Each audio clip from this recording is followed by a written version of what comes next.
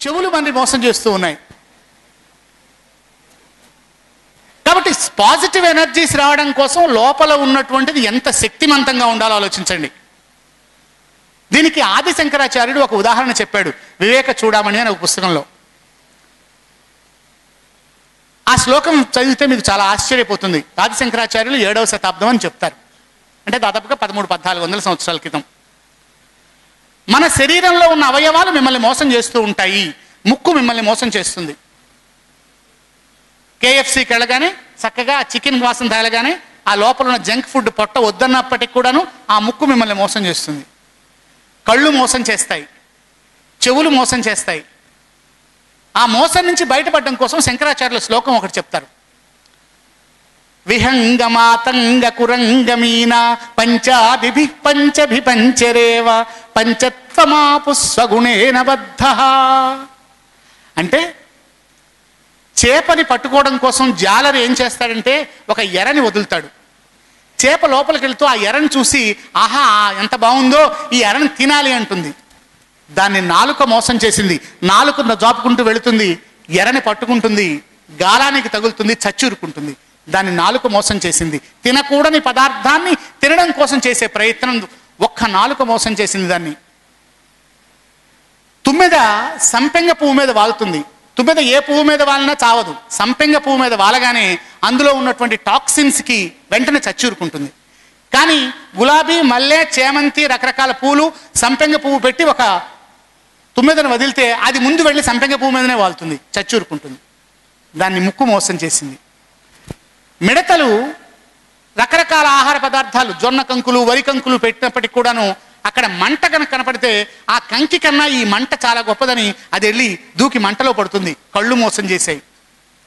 అడవిలో ఏనుగును పట్టుకోవడం కోసం మగ ఏనుగు పట్టుకోవడం కోసం ఒక ఆడ ఏనుగును పంపిస్తారు.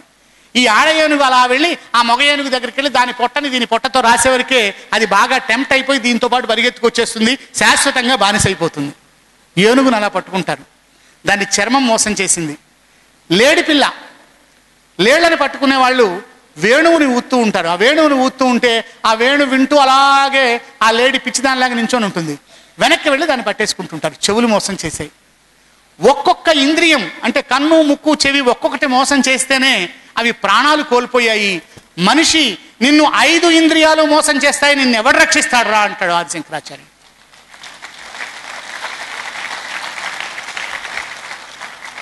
ఇవాళ తాళం చేతుల గురించి చెప్తున్నాను. మీ దగ్గర ఉన్నటువంటి మీ కళ్ళు మిమ్మల్ని సరిగ్గా చూస్తున్నాయా? ఈ అమ్మాయి చూస్తుంటే అచ్చం సమంతలా ఉంది అనుకోకండి. వీడు సల్మాన్ ఖాన్లా ఉన్నాడే అనుకోకండి. కళ్ళు మోసం చేస్తాయి. మీ వయస్సు అలాంటిది, తప్పులేదు. మీ వయసులో నేను అలాగే అనుకున్నాం. మా డ్రీమ్ హీరోయిన్ శ్రీదేవి ఎంత అందంగా ఉందో అనుకుంటాం. కానీ అందులోంచి బయటకు వచ్చేయాలి. మోసానికి గురవడం తప్పు కాదు, మోసం నుంచి బయటికి రాకపోవడం తప్పు. మోసం నుంచి బయటికి రావాలి తప్పకుండా. నన్ను మోసం చేస్తున్నది అని తెలుసు కొంతమందికి.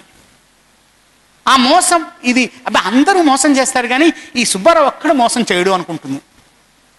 ఆ సుబ్బారావే మిగిలిన వాళ్ళల్లో ఉన్నటువంటి మరో వేషం అన్న విషయం తెలియదు మీకు. కాబట్టి మన తాళం చేతులు పోగొట్టుకోవడం అంటే మనకు చూపు కరెక్ట్గా ఉండాలి.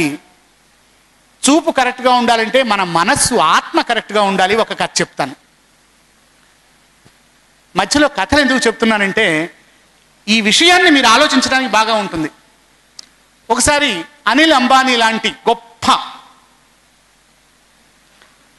వ్యాపారవేత్త అంటే ఆయన కాదు, ఇందాక ఆయన సతీష్ గారు చెప్పినట్టుగా గూగుల్ వాళ్ళంతా ఉన్నారు, బిల్ గేట్స్, బోల్డ్ డబ్బులు ఉన్నాయి కదా. అంత డబ్బులు ఉన్నటువంటి ఆయనకి ఒక కంటికి జబ్బు చేసిందిట, కన్ను జబ్బు. కళ్ళు కనపడుతుంది, బ్లర్రింగ్ వచ్చేస్తుంది, కళ్ళు కనపట్టలేదు ఆయనకి. ప్రపంచంలో ఉన్న గొప్ప గొప్ప డాక్టర్స్ దగ్గరికి తీసుకెళ్లారు. వాళ్ళు రెటినోపతి, ఆ చికిత్సలు ఈ చికిత్సలు ఎంత చేసినప్పటికి కూడాను కొన్ని కోట్ల డాలర్లు ఖర్చు పెట్టినా సరే కళ్ళు రాలేదు. కళ్ళు రీప్లేస్ చేసినా సరే రావండి, ఈయనకి చాలా కష్టం, లోపల చాలా ఇబ్బంది ఉంది అని చెప్పారు. ఆయన ఇండియా వచ్చాడు. ఇండియా వస్తే ఒక సాధువు గారి దగ్గరికి వెళ్ళాట, ఒక జ్ఞాని దగ్గరికి వెళ్ళాడు. ఆ జ్ఞాని దగ్గరికి వెళ్ళి ఈయనకి కళ్ళు రావట్లేదండి, మీరు ఏమైనా సాయం చేస్తారా? ఆ జ్ఞాని చూసేట, తప్పకుండా బాగు చేస్తాను ఇతని కళ్ళు అన్నట్టు. ఏమిటి ఇన్ని కోట్ల రూపాయలు పెట్టినవాడు బాగు చేయలేదు, ఇతను ఎలా బాగు చేస్తాడంటే మరేం లేదండి, ఇతనికి చూడాల్సుకున్నప్పుడు స్పష్టంగా కనపడాలంటే ఆకుపచ్చ రంగు పూయండి. ఏ వస్తువుకైనా ఆకుపచ్చ రంగు మాత్రం అందులో అది బాగా కనపడుతోంది. అయ్యో దాందే ఉందండి అంటాడు. వాడికి భోజనం ప్లేట్ పెట్టడానికి ప్లేట్కి గ్రీన్ కలర్ వేస్తారు. వాడికి ఏంట్రా ఇది అంటారు, చక్కగా ప్లేట్ అంటాడు. చివరికి వాళ్ళు ఆవిడని తీసుకొస్తారు, ఆకుపచ్చ రంగు చీర, జుట్టుకు కూడా ఆకుపచ్చ రంగు, లిప్స్టిక్ కూడా ఆకుపచ్చ రంగు. వాడి దగ్గరికి ఎవరు వచ్చినా సరే ఆకుపచ్చ రంగు వేసుకురావాలి. ఎందుకు? వాడికి ఆకుపచ్చ రంగు వేస్తే అది మామూలు రంగులా కనపడుతోంది. కొంతకాలం గడిచిపోయింది, ఆయన గదిలో అన్ని ఆకుపచ్చే ఉన్నాయి. ప్రపంచంలో ఎవరిని పిలిచినా సరే ఆకుపచ్చ రంగు వేసుకొని రావాలన్నాడు. 6 నెలలు గడిచిన తర్వాత మళ్ళీ ఈ సాధువు గారు వచ్చారు. సాధువు అంటే కాషాయ వస్త్రం వేసుకుంటాడు కదా. సాధువు గారు మీరు కలవడానికి వీల్లేదండి, మీరు ఈయనకి ఆకుపచ్చ రంగు వేసుకోవాలి, పట్టండి మిమ్మల్ని పెయింట్ చేస్తామని కూర్చున్నారు. ఓరి పిచ్చి వెధవల్లారా, అందరికీ ఆకుపచ్చ రంగు వేసే ముందుగా ఆయనకి ఆకుపచ్చ రంగు కళ్ళజోడు పెడితే సరిపోతుంది కదా.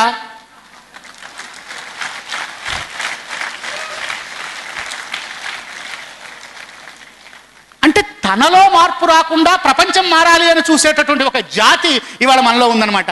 నాకు అది రావట్లేదు, ఇది రావట్లేదు. అసలు తప్పు ఒక కళ్ళజోడు పెట్టుకుంటే అయిపోయి ఉండేది.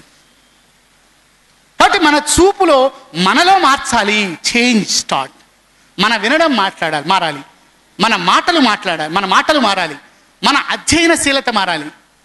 పడవ తుఫానులోకి వెళుతున్నప్పుడు దాన్ని రక్షించేది తుఫానుకు నమస్కరించడం కాదు. తెడ్డు నీ చేతిలో ఉంది, తెరచాప నీ చేతిలో ఉంది, దిశ మార్చు, తుఫాను అదే పారిపోతుంది. దిశను మార్చు, చిన్న మార్పు చెయ్యి. ఒక చిన్న మార్పు ప్రపంచాన్ని మొత్తాన్ని కూడా మార్చేటటువంటి శక్తి వస్తూ ఉంటుంది. ఒక చిన్న మార్పు, ఆ చిన్న మార్పు చేయడం ద్వారా ప్రతి అదృష్టపు కిటికీ కూడా తలుపు తెరుచుకుంటూ ఉంటుంది.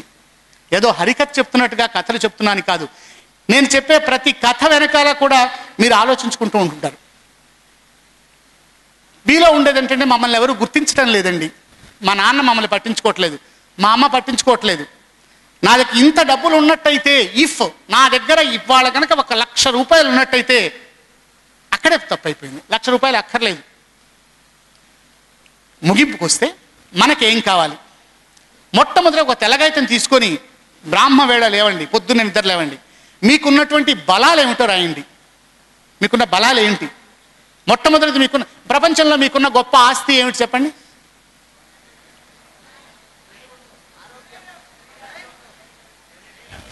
శరీరం.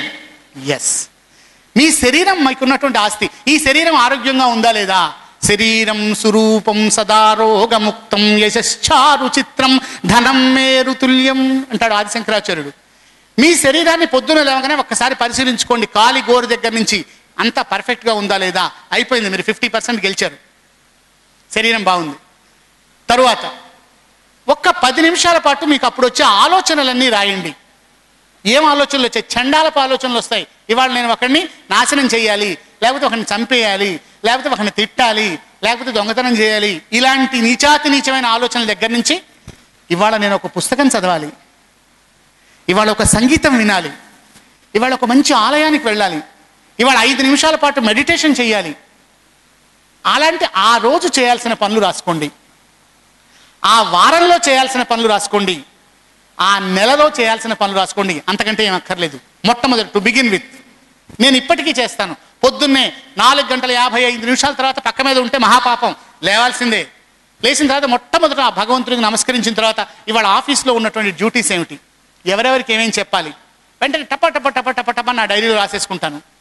ఒక 2-3 కిలోమీటర్లు 4 కిలోమీటర్లు తిరిగేసి వచ్చేస్తాం.